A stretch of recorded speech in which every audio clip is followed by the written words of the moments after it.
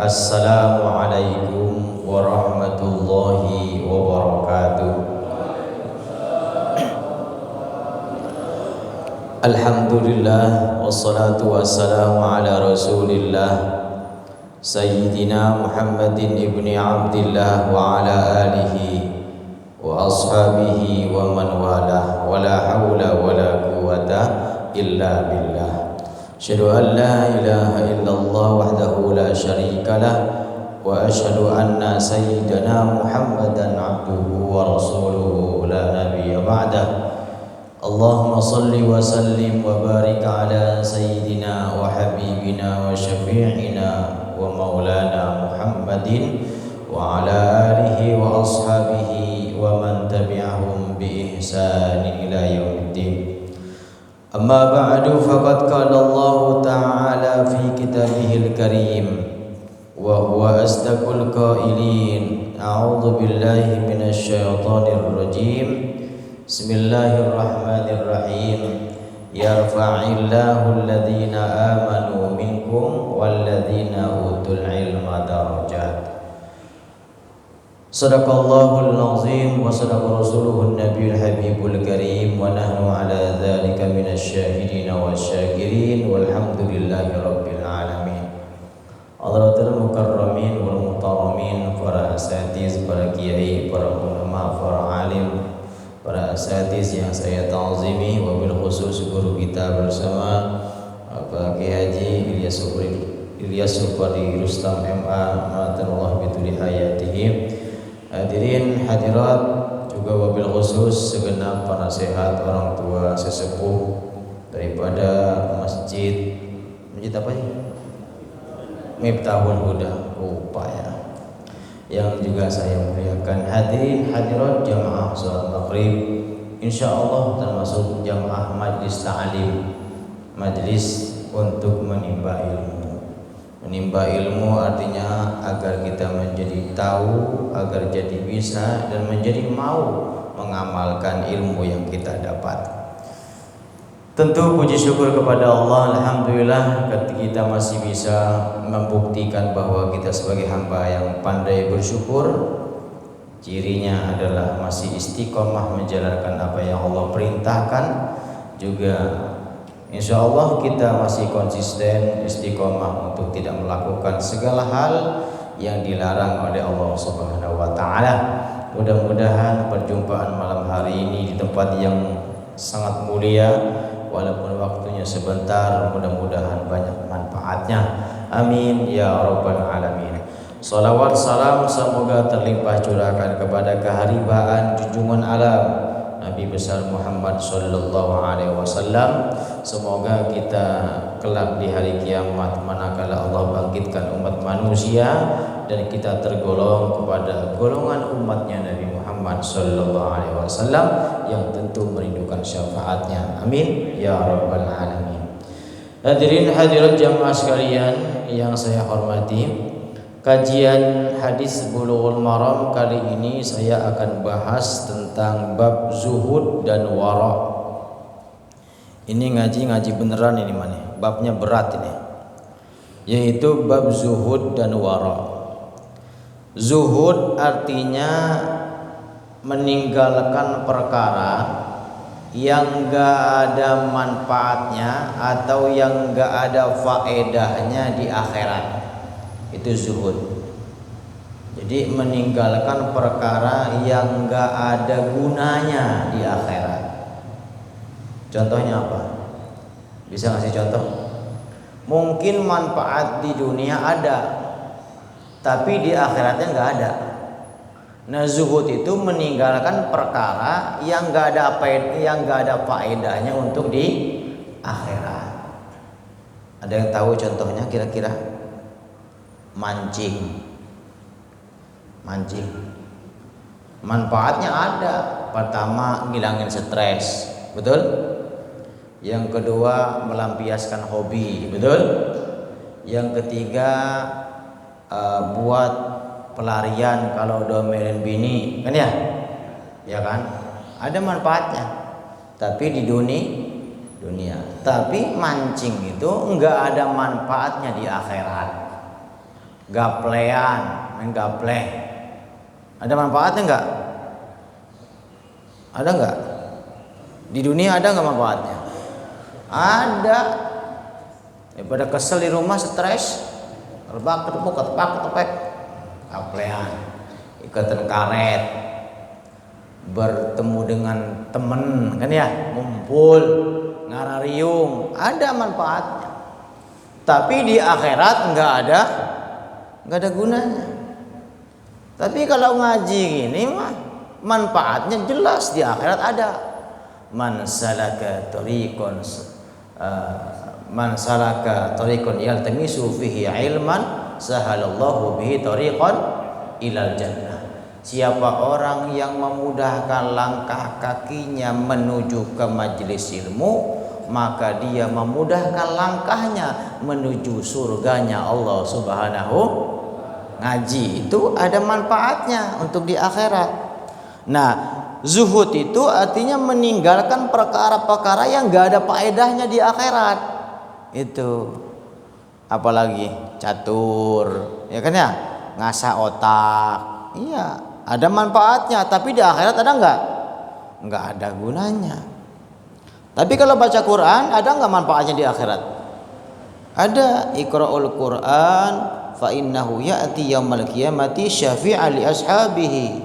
Bacalah Quran karena nanti di akhirat Quran itu akan menghampirimu dan memberikan syafaat pertolongan kepada ashabul Quran, yaitu orang yang gemar baca Quran. Manfaatnya ada. Sholat duha ada nggak manfaatnya? Ada. 12 rakaat ke sholat duha, Allah bangunkan bangunan di surga di hari kiamat nanti. Manfaatnya ada. Nah, zuhud itu artinya meninggalkan perkara-perkara yang nggak ada faedahnya di akhirat. Pak Ustadz, saya kan masih muda, masa nggak boleh gaplean? Ya, gini. Zuhud itu bukan berarti kita nggak ngopenin dunia. Zuhud itu bukan berarti miskin. Zuhud itu bukan berarti keterbelakangan. Zuhud itu bukan berarti kuper. Zuhud itu bukan berarti miskin. Bukan. Zuhud itu adalah hatinya itu lebih condong ke akhirat. Jadi dunia itu hanya di genggaman.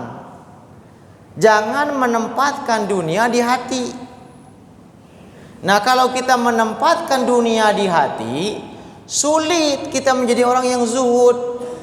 Maka genggamlah dunia, tapi jangan digenggam oleh dunia. Aturlah dunia, jangan sampai kita diatur oleh dunia. Begitu maksudnya. Kaya boleh, bergaul boleh, tapi kaya yang menempatkan harta bukan di hatinya, tapi kaya hanya menempatkan harta di tangannya. Contoh Rasulullah, Rasul kaya. Kata siapa Rasul miskin? Sepertiga kekayaan Mekah itu punya Khadijah. Kalau pengen tahu, sepertiga kekayaan kota Mekah Al-Mukarramah itu sepertiganya punya Khadijah. Nabi kaya, dimodali oleh istrinya, tapi harta Nabi hanya digenggamannya, dihabiskan lagi saat wafat. Nggak ada yang diwariskan kecuali Quran dan Sunnah, itu aja. Begitu maksudnya. Jadi kaya boleh, dermawan oke, tapi jangan diperbudak oleh dunia. Begitu. Wara, apa itu wara? Wara itu artinya meninggalkan perkara yang mendatangkan mudorot di akhirat. Paham bedanya? Kalau zuhud itu meninggalkan perkara yang nggak ada faedahnya, yang nggak ada untungnya di akhirat. Kalau waro meninggalkan perkara yang mendatangkan mudorot di akhirat. Jadi zuhud dan waro itu dua makna yang berbeda tapi satu kesatuan. Begitu. Contoh waro apa? Nah tadi kalau mancing yang nggak taruhan itu berarti perkara yang ada manfaatnya di dunia tapi nggak ada manfaatnya di akhirat, kan begitu. Mestinya kita tinggalin walaupun Enggak sama sekali total enggak mancing, bukan. Tapi jangan jadikan hobi. Hobi itu baca Quran, hobi itu tahajud, begitu. Tapi kalau mancing cuma selingan aja, begitu, jangan jadiin hobi. Takutnya matinya lagi mancing, hati-hati. Kalau kita hobi sesuatu biasanya matinya lagi saat itu. Itu loh. Kalau kita suka nyekek botol, matinya lagi mancing. Nyekek botol. Apalagi mancing sambil nyekek botol. Nah, udah tuh, nggak ada bagus-bagusnya acan. Itu loh.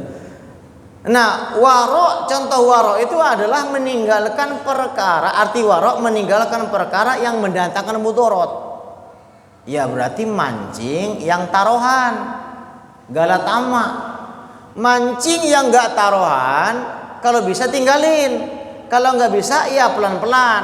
Kalau nggak bisa, ya jangan jadikan hobi, gitu aja. Mancing boleh, tapi jangan hobi. Tapi yang nggak boleh sama sekali itu mancing yang dikemas dengan perlombaan, padahal hadiahnya boleh patungan peserta. Seorang gope dapatnya motor Mio. Yang ikut lomba mancing 100 orang. Itu geblek itu orang tuh. Duitnya dia keneh. Yang lamanya permain lomba itu kalau ada sponsorship. Ada PT ini, perusahaan ini ngasih hadiah. Lalu itu lomba. Tapi kalau hadiahnya seperti orang mancing galatama, ada yang pernah ikut galatama? Ngaku ngapa ngaku? Apa orang kita ngaji benerin diri, oke malu-malu. Nah, kan ngebenerin ya. Namanya ngaji kan ngapain? Ngebenerin diri, jangan marah kalau tersinggung. Marah jangan, tersinggung boleh, sewot jangan. Dengan tugas saya ceramah. Ya, saya suruh mancing. Nah, jadi kalau judi apapun kemasannya, mau perlombaan kah, permainan, kalau hadiahnya boleh patungan, judi. Apa? Teo. Itu judi, apapun, ngadu burung. Ya kan? Nyara burung udah zolim. Ngadu burung lebih zolim. Paham? Marah lagi. Mau ngaji. Kesel nggak? Ya kita ngaji mah gini-gini aja, nggak usah bikin jauh-jauh. Ngaji diri aja masih banyak yang kurangan. Maksudnya gitu. Judi itu mendatangkan mudoro di akhirat. Yang namanya judi itu nggak ada menangnya, Pak. Bohong aja. Apalagi judi online. Alah bego. Ada yang hobi judi online? Bocah tolol itu. Apalagi udah tua masih judi online, goblok gitu, orang tua goblok gitu. Pertama dikasih menang udah diatur sama dia, Pak. Judi online tuh yang sekarang lagi dibasmi ini. Komputer dikasih menang dulu, mau dia kasih modal. Lama-lama bini dijual. Gara-gara judi online. Kesel saya. Udah susah banget di ini, kenapa? Lewat HP. Kelihatan lagi ngapain, nggak tunjuk judi online. Orang kalau udah kecanduan judi online, udah repot. Apa? Ngobrol. Yang jackpot. Itu mendatangkan mudorot. Tinggalkan, itu namanya waro. Nah, kita ngaji beneran sekarang nih. Ini siap-siap tersinggung aja nih. Kita ngaji tersinggung sekarang mah dah. Ya, sesekali kan ya ngecas diri kan. Bagusnya ngaji tuh gitu, Pak. Ngaji itu tujuannya selain kita biar tahu, biar bisa, biar mau. Tujuan lain ngaji itu adalah, tujuan lain di majelis taklim itu adalah ngecas diri, diingatkan. Handphone itu dicas berapa hari sekali? Sehari sekali ya. Gantung pemakaian. Kalau buat judi online mah 2 kali ngecas hari. Kok Ustadz paham? Enak aja mau judi online. Normalnya kalau orang cuma buat kerja, buat pakai main biasa, handphone tuh siang dipakai, malam dicas. Begitu kan ya? Maka iPhone lebih mahal. Olok. Handphone saja aturannya ketika 20% dicas. Baterainya tinggal 20% di cas. Jangan nyampe soak. Handphone baterainya sampai habis baru cas, itu nggak lama soak itu baterainya. Hati juga sama. Hati kalau nggak dikasih nasihat, nggak ngaji gini susah elingnya. Makanya beruntunglah Allah takdirkan Bapak Ibu mau melangkahkan ngaji di sini. Kenapa? Ngecas hati. Kalau kelamaan nggak dicas soak.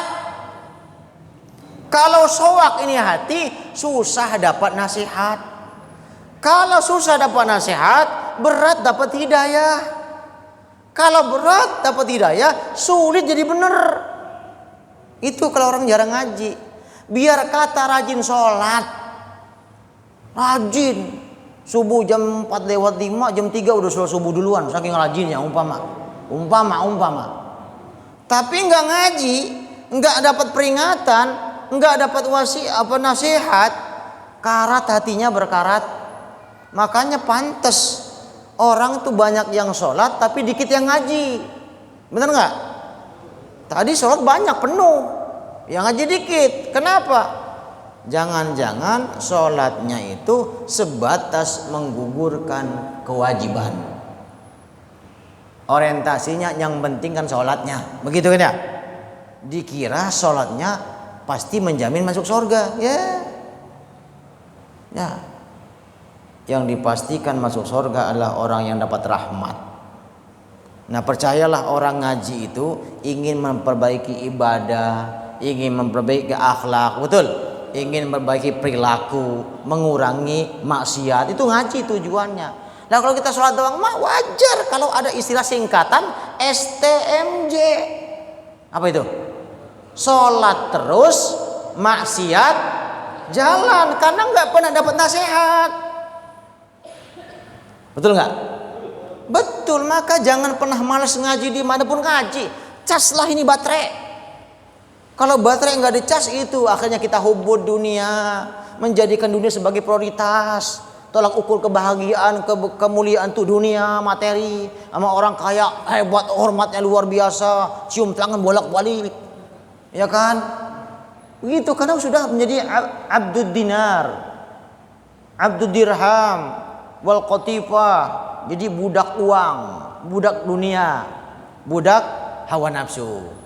Makanya penting, bagus sekali ngaji seperti ini. Istiqomahlah ngaji. Kita ini kalau nggak diingatkan orang, kadang susah elingnya. Betul nggak? Orang kalau nunggu eling dewek itu susah. Nunggu kita sadar sendiri itu berat. Manusia itu disadarkan lewat orang lain. Hidayah datang itu lewat semua sumber.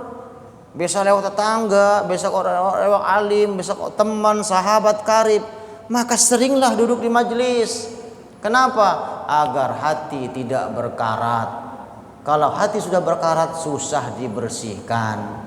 Kalau susah dibersihkan, ujung-ujungnya hobi maksiat. Itu terus yang dipikirkan. Nah, hari ini saya akan bahas. Nah, ini belum ngaji, ini masih muqaddimah ini ya. Ya, jadi inilah fungsinya kita ngaji zuhud dan wara. Enggak nuntut kita meninggalkan dunia, enggak. Bukan berarti kita enggak boleh sama sekali, enggak. Jadi jadikanlah dunia itu, saya ulang, hanya di genggaman tangan. Jangan taruh dunia di hati. Kalau kau taruh dunia di hati, susah jadi zuhud dan wara, enggak bisa. Karena kita sudah diatur sama dunia. Silahkan kaya, silahkan bekerja, silahkan sukses, tapi cukup di tanganmu saja. Jangan taruh di hati itu dunia. Dah, baik. Zuhud dan wara kajian kita kali ini. Masalah syubhat pernah saya bahas. Yang berikutnya adalah, kalau mau nanya silakan ditanya nanti. Ada sebuah hadis dari Abu Hurairah bahwa Rasul mengatakan begini. Ta'isa abdud dinar wad dirham wal qatifah in u'tiya radiya wa illam yu'ta lam yarda. Ta'isa, cilaka. Apa cilaka? Nyungsep ya. Ya begitulah. Cilaka bagi abdud dinar wad dirham. Cilaka bagi budak uang. Wal qatifah atau budaknya Qutipah itu permadani. Cilaka bagi orang yang diperbudak oleh duit dan harta dunia.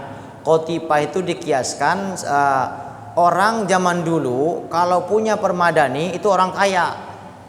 Kalau rumahnya ada permadani itu orang kaya. Tapi kalau rumahnya ada tikar pandan itu orang susah. Nah, zaman dulu itu tolak ukur kaya miskin tuh lihat aja rumahnya. Kalau digelarin Qutipah atau permadani orang kaya tuh. Tapi kalau digelarin tikar pandan, nah, itu orang susah. Cilaka bagi orang yang menjadi budak duit dan budak pembendaharaan, budak harta maksudnya. Cilaka. Seperti apa mereka itu? Cirinya orang yang diperbudak oleh dunia atau diperbudak oleh uang ataupun perhiasan ataupun harta adalah in u'tiya, jika dia diberikan sesuatu, rodiya, dia ridho, senang. Jadi kalau dikasih senang. Kalau dikasih gopek Pak Ogah, makasih Pak Haji, wah sopan banget. Ya, gopek doang tuh. Makanya Bapak Ibu kalau pengen panggil haji, kasih aja gopek. Mau pakai peci. Pakai peci kasih gopek. Makasih Pak Haji. Nah, saya mah dulu sering gitu. Emang udah haji Ustaz? Lah aminin aja, aminin. Ada 1000 orang manggil haji, masa enggak berangkat? Haji. Makanya jangan ditolak orang manggil haji, amin. Manggil Pak Haji, amin. Gitu aja udah. Kalau ada 1000 tukang parkir nyebut-nyebut haji, apa nggak berangkat tuh? Begitu, maka modalnya apa? Gope, asih gope, ke peci haji. Kan seneng banget dia. Makasih Pak Haji. Tapi kalau nggak dikasih gope, pelit banget lo. Ngapain? Nah, budak uang itu kalau dikasih seneng. Wa illam u'tiya wa illam yu'ta lam yardo. Tapi kalau nggak dikasih sebel. Itu budak tuh. Budak duit, budak harta. Sebenarnya hadis ini bukan menjelaskan hanya semata-mata harta. Ilmu juga sama, kehormatan juga sama.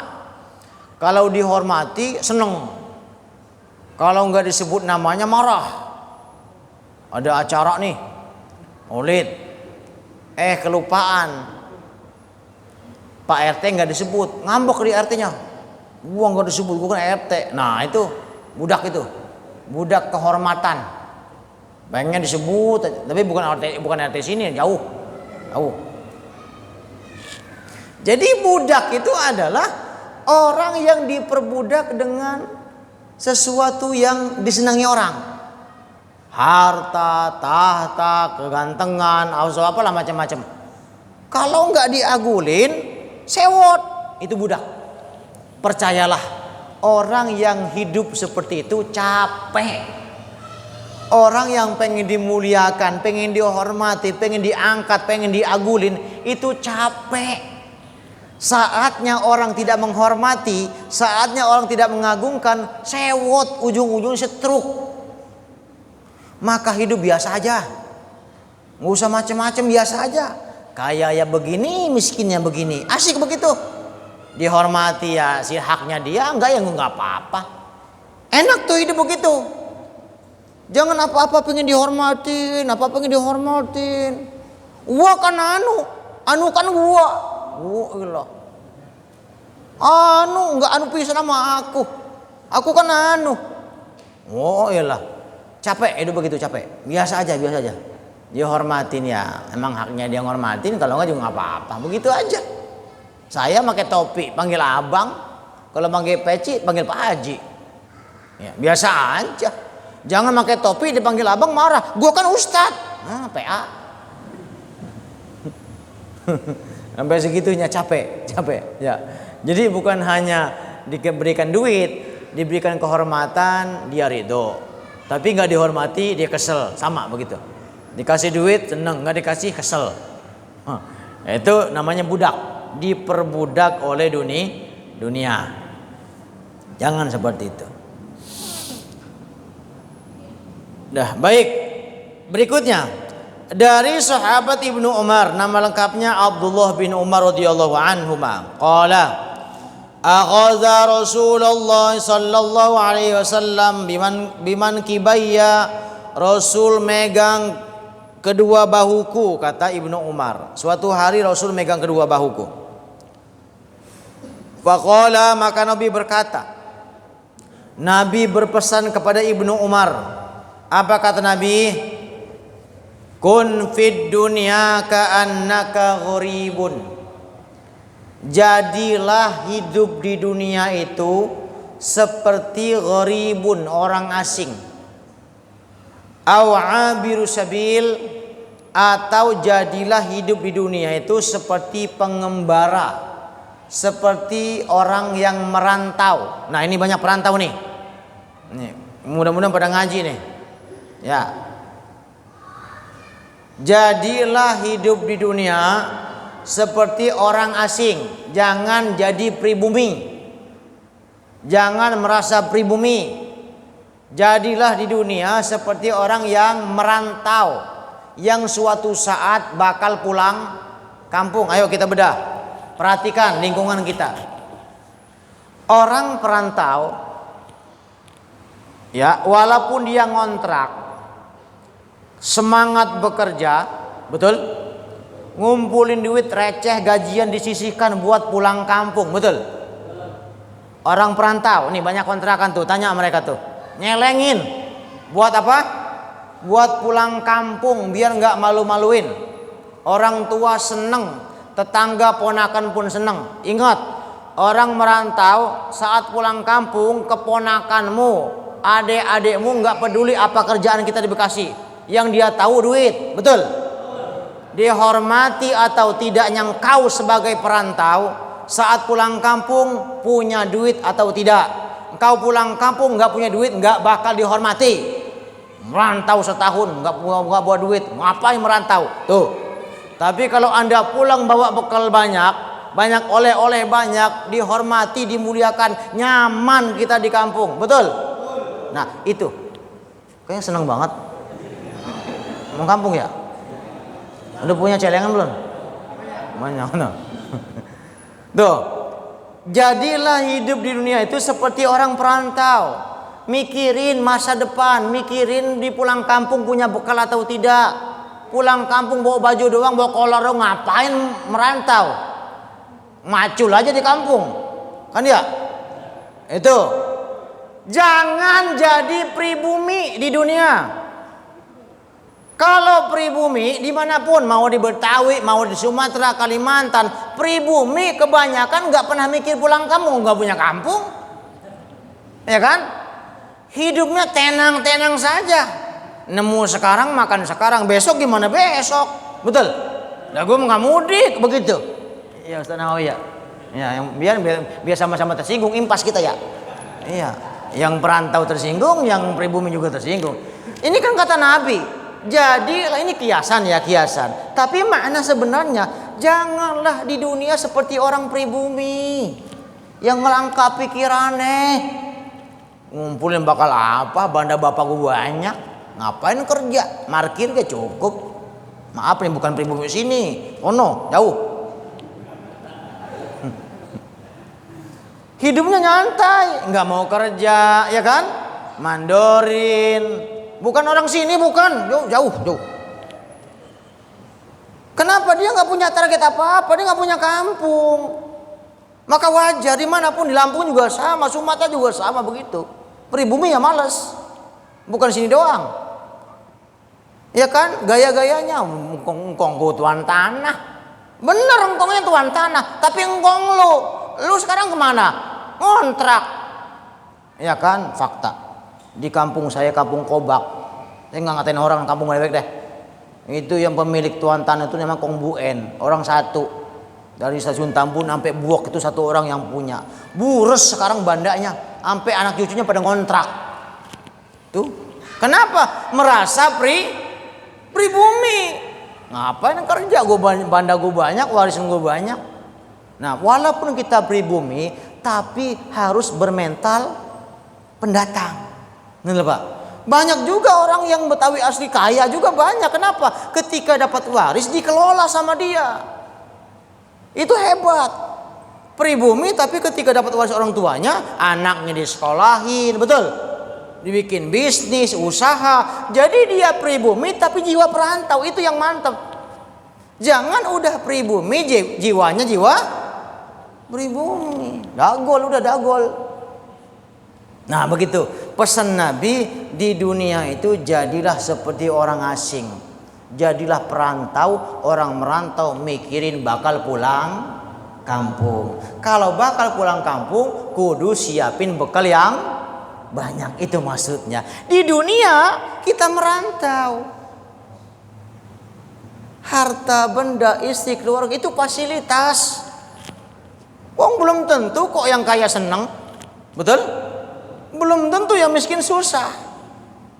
Yang repot udah miskin susah.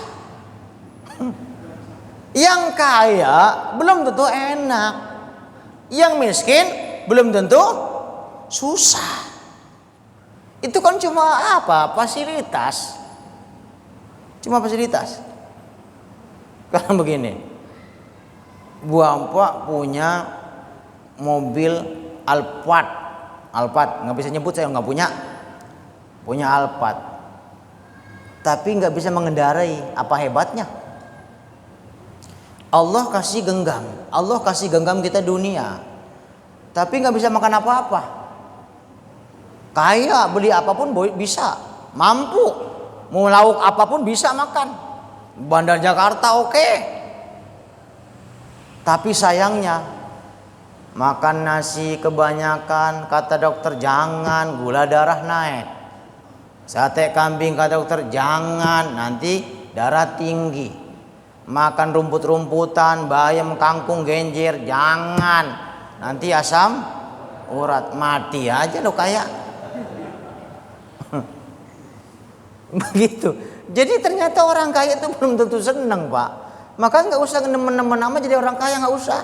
Yang penting di dunia itu hidup kita damai, tentram, husnul khotimah, nanti di akhirat masuk surga. Udah gitu aja udah. Harta banyak di dunia itu, di akhirat pertanyaannya banyak. Makin banyak benda yang kita kumpulin, di akhirat masuk surganya makin belakangan. Beda sama orang susah. Orang susah bener aja udah sholat, nggak neko-neko, nggak macem-macem, nggak nyakitin orang, lewat Shiratal Mustaqim, cus nyampe, udah. Orang susah, apa yang mau ditanya?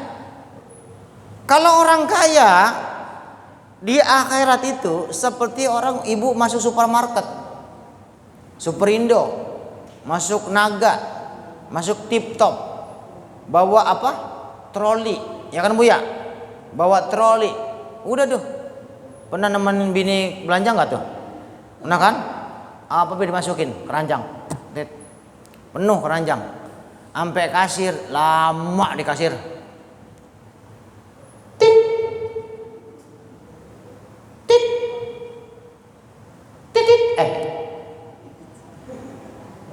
Lama tuh orang kaya, surganya belakangan. Kalau orang miskin gak banyak nanya, paling aqua doang belanjanya, lewat udah. Surga udah kipas-kipas di surga. Bang, ya surga ini dong, orang miskin. Lah bang belum nih, lama banget nih kasir nih. Lah ya bang kaya sih. Tuh. Makanya jangan pesimis orang miskin. Hidup orang miskin. Saya belain dah. Kita sama-sama miskin.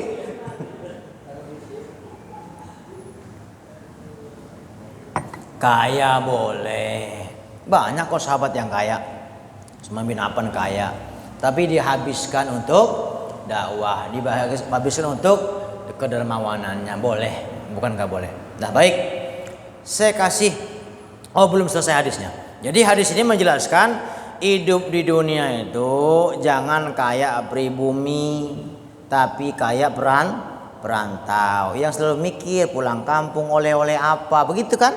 Apalagi udah mau puasa, ya mau puasa besok mikir itu bekalnya apa, buat apa, ibu, ponakan, nenek, ipar, apa dipikirin.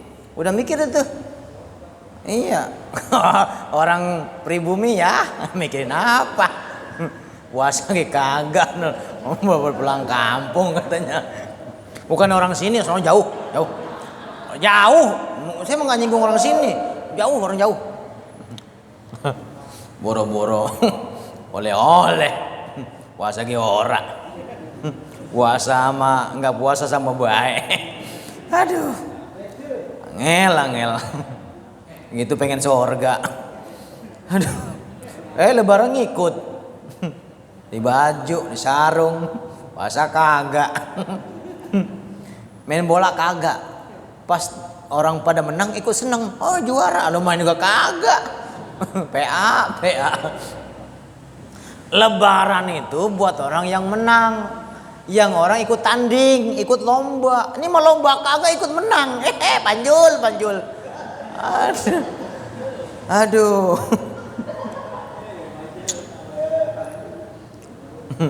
Mukul beduk paling kenceng dalam takbiran.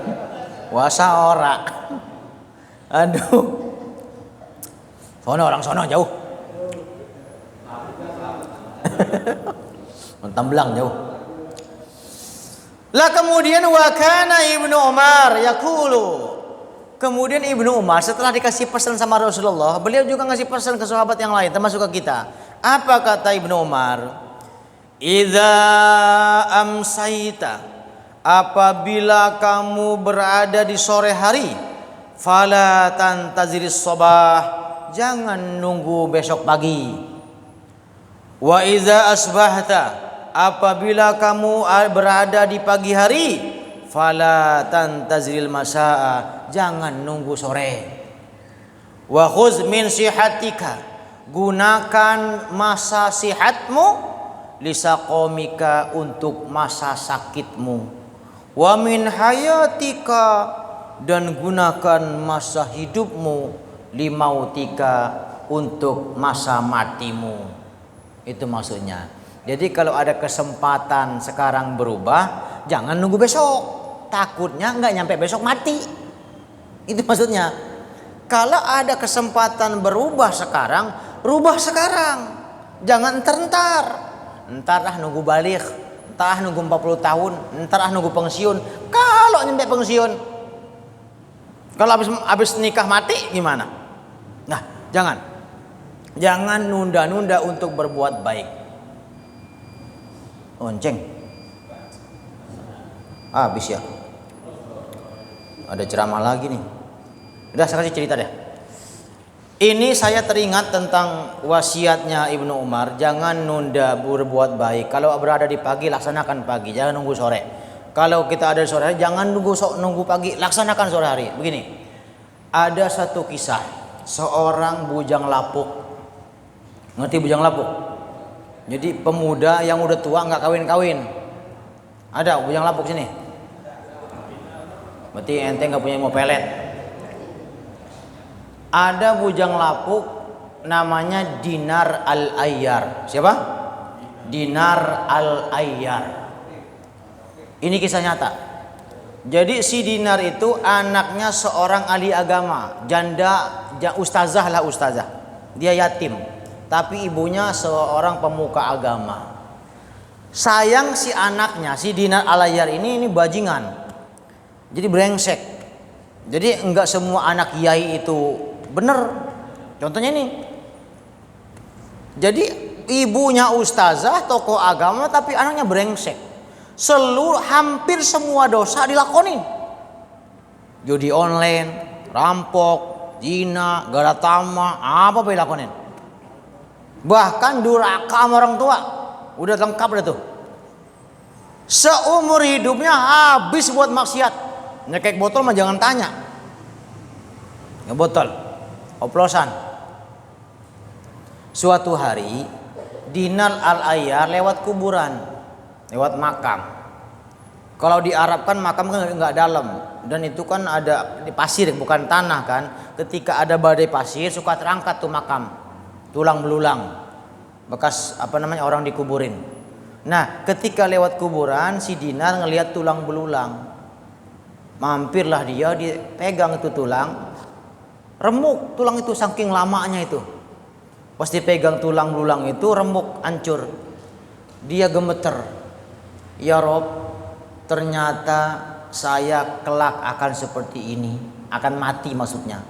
Sementara seumur hidupku ku habiskan untuk maksiat, kata Dinar dalam hati. Maka dia menangis, menyadari betapa bajingan, betapa rusaknya dirinya. Ibadah nggak pernah, dosanya jalan terus. Larilah dia pulang ke rumahnya, nemuin ibunya yang lama ditinggalkan, dan dihardik ibunya. Sampai rumah Dinar nangis, kaget ibunya, lah bocah tumben nangis.